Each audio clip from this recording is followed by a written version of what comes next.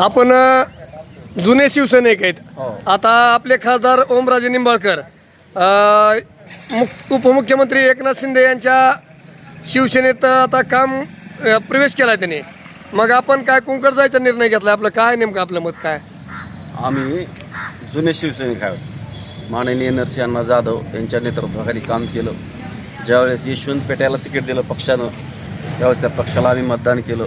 ज्यावेळेस गोपल्याला कळंब तालुक्याचं आमदारकीचं तिकीट दिलं त्यावेळेस आम्ही काम केलं. नरसिंह जाधवनी पुन्हा कल्पनाताई नरहिरेला आमदारकीचं तिकीट दिलं त्यावेळेस आम्ही काम केलं, त्यांना आमदार केलं.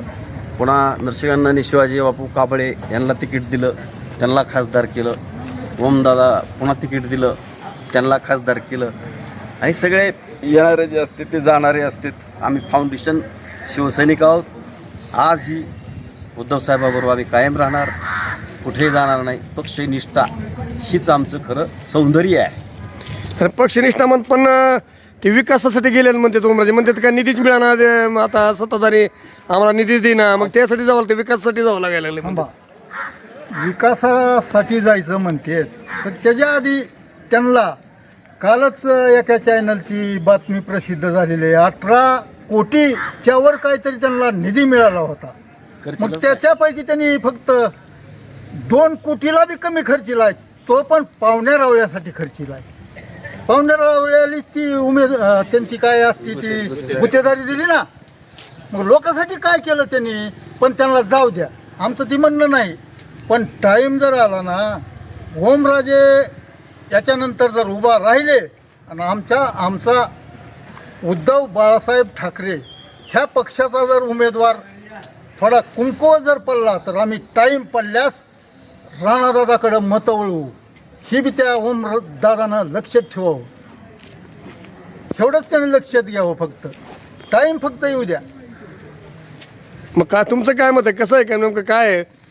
ओमराजे म्हणजे तुम्ही तर जाणार आहोत म्हणता, मग काय कुणी कुठेही गेलं ते काय मूळ शिवसैनिक हा शिवसेनेतच राहणार. ओमदादाला पैसे खर्चित आलं नाही, त्यांना एक मंत्रिपदासाठी किंवा एक प्रतिष्ठेसाठी त्यांनी पक्ष सोडला. वास्तविक पाहता त्यांचा मतदारसंघाचा काही संबंध नाही. कोणत्या मतदारांनी विचारलं की तुम्ही काय विकास केला, हेच विकास करणार आहेत. ते काहीतरी निमित्त करून आपलं ते त्यांनी पक्ष सोडला, त्यांच्या स्वतःच्या स्वार्थासाठी पक्ष सोडला. हे आमचं समजायचं मत आहे. पूर्ण शिवसैनिकाचं मत आहे. एवढंच नव्हतं, धाराशिव जिल्ह्यात त्या प्रत्येक मतदाराचं मत आहे. 7.5 लाख लोकांनी मतदान केलं. 3.5 लाखाची आघाडी आहे. 3.5 लाख लोकमताचा त्यांनी विश्वासघात केला. विश्वासघात करणं एक चांगलं नसतं, त्यांना शोभत नाही. ते येणाऱ्या काळात त्यांना हे परिणाम भोगावंच लागतील. अलग लक्षात. गद्दारी करून दुसऱ्या पक्षात जायचंच नसतं.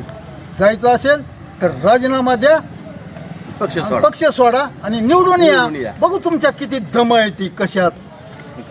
आम्ही बघून घेऊ. जुना शिवसैनिक आहेत ना आम्ही काय कुणाच्या लाचार नाही. आम्ही काय ओमदादाचा पैसे मतदानाला 1 रुपया बी कधी घेतलेला नाही. ती ओमदादा आम्हाला ओळखीत पण नाहीत. आले कवा आणि गेले कवा. आले शिवसेनेत म्हणून आम्ही मतं केली, पण गेल्यावर बघू आता काय होतंय ती.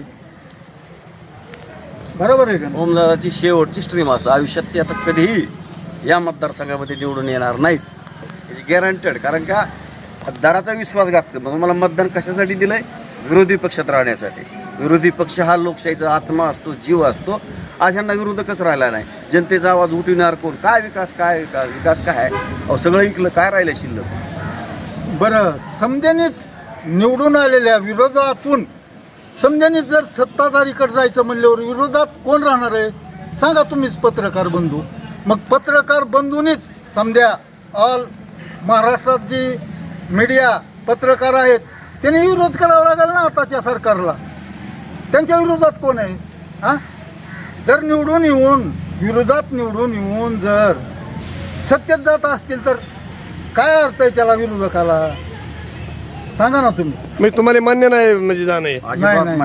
मान्य नाही. विरोधात निवडून दिले, विरोधातच राहा. विरोधातून जनतेची कामं करा, तरच तुमची आम्ही पाठ थुकतो समजू आम्ही. अलग लक्षात पळून जाणाराला